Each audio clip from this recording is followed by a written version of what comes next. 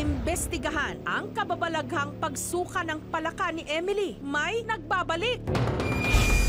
Para imbestigahan, may nagbabalik. Ang paranormal investigator na si Ed Caluag.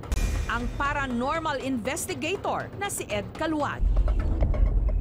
Sakop ng paranormal yung itong mga witchcraft, yung mapag-aaral ng karunungan lihim. Isa po akong abnormal, witchcraft, pag-aaral ng kalokohan, lihim. Papalapit pa lang si Ed sa bahay ni na Emily. Aligaga na siya. It's more of an elementals. Lalo ngayon, basa yung tubig. Papalapit pa lang si Ed sa bahay ni na Emily. Aligaga na siya. It's more on an elemental, no? Lalo ngayon, basa yung tubig. Una muna niyang chinek ang paligid. Una muna niyang chinek ang paligid.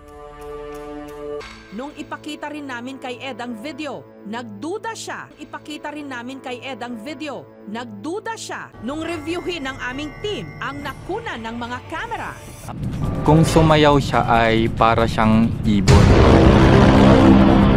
2 taon na raw ang nakalilipas. Namimingwit daw noon si Ram malapit sa Pampang. Nung una niyang nakita ang isang maliwanag na ilaw malapit sa bundok. Nung titigan niya raw ito, gumagalaw at nawawala-wala. 2 taon na raw ang nakalilipas. Namimingwit daw noon si Ram malapit sa Pampang. Nung una niyang nakita ang isang maliwanag na ilaw malapit sa bundok. Nung titigan niya raw ito, gumagalaw at nawawala-wala.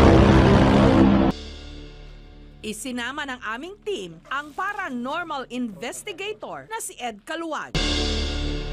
Isinama ng aming team ang paranormal investigator na si Ed Caluag. Ang baho, parang may ng aso. Pero habang papalapit siya sa bakuran ni Aling Julie, tila tinarget na ang aming team.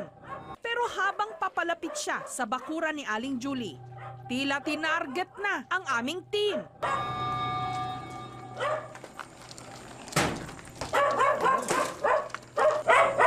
Hindi ako nagpunta rito para makipag-away sa inyo. Nagpunta ako rito para kausapin kayo.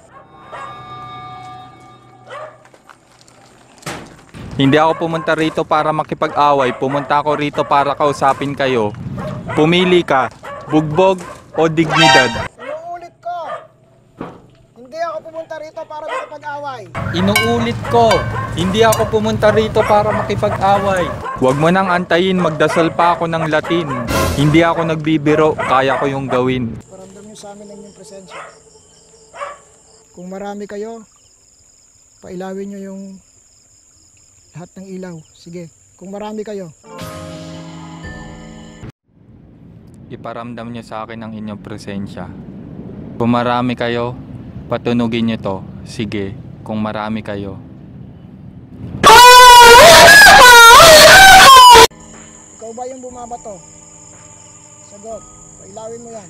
Ikaw ba yung bumabato? Ikaw ba yung bumabato? Sagot. Kung marami kayo, pailawin niyo yan. Sige. Yan siya. Actually, nagalit sila dahil merong nagalaw doon sa kanilang tirahan. Ayan siya. Actually, nagalit sila dahil may naka-check-in dun sa likod.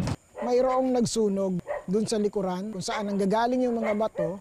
May naka-check-in dun sa likod tapos biglang may kumatok.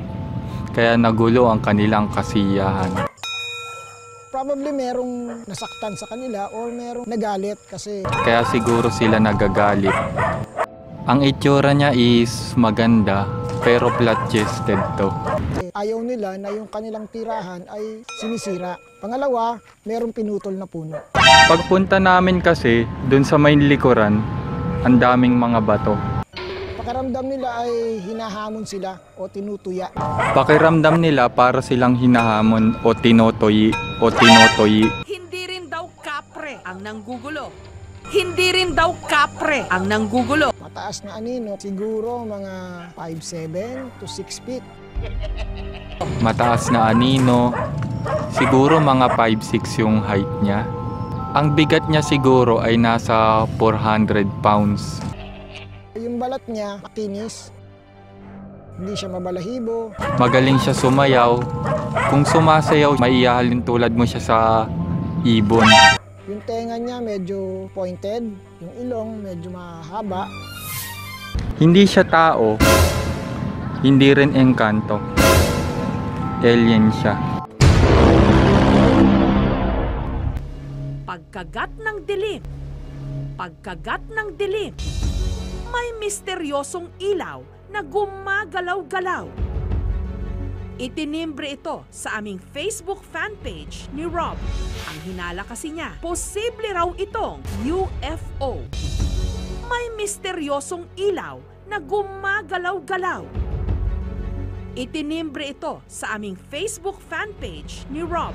Ang hinala kasi niya, posible raw itong UFO. So, maraming na akong napanood ng mga unordinary event. Pag nag-engage yung mga human sa ganyang klaseng object, hindi nila gusto. Papanood natin sa mga sci-fi movie, gaya ng mga intergalactic TV show, gaya na Nagbabackfire na lumalaban, tinitira sila ng high radiation o di kaya laser o something na advanced weaponry.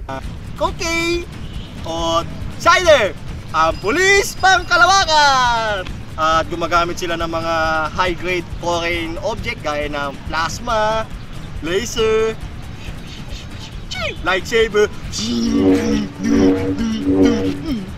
laser sword, kagaya sa Voltes Pag, laser sword! Para magkaliwanagan, sumangguni kami sa Pag-asa. Para magkaliwanagan, sumangguni kami sa Pag-asa. Ayon sa Pag-asa, ang nakuna ng aming team, hindi bituin. Ayon sa Pag-asa, ang nakuna ng aming team, hindi bituin. Hindi rin siya isang eroplano, hindi rin siya isang bulalakaw. Hindi siya alien eh. I think it's a bird. It's a plane. No, it's Superman.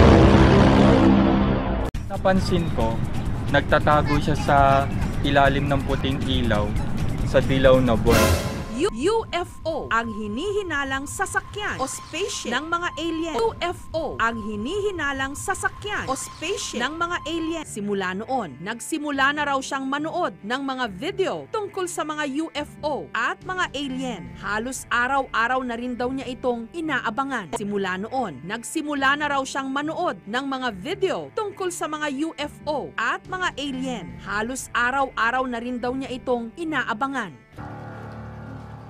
Ang mga kabarangay ni Rob, sari-sari ang opinyon. Hindi ako naniniwala. Parang si Tilay. Si bilog na malaki. Ay parang yait po ata tuon. Kasi malaki na bilog. At saka kung light lang ito na ordinaryo. Yang ako pong anak kawatan.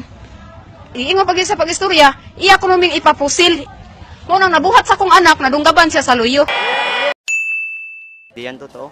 Kung tila tuldok lang ang nakuna ng aming kamera. Ang still pictures o litrato. Ito ang rumehistro. Kung tila tuldok lang ang nakuna ng aming kamera. Ang still pictures o litrato. Ito ang rumehistro. Si Dante Gulapa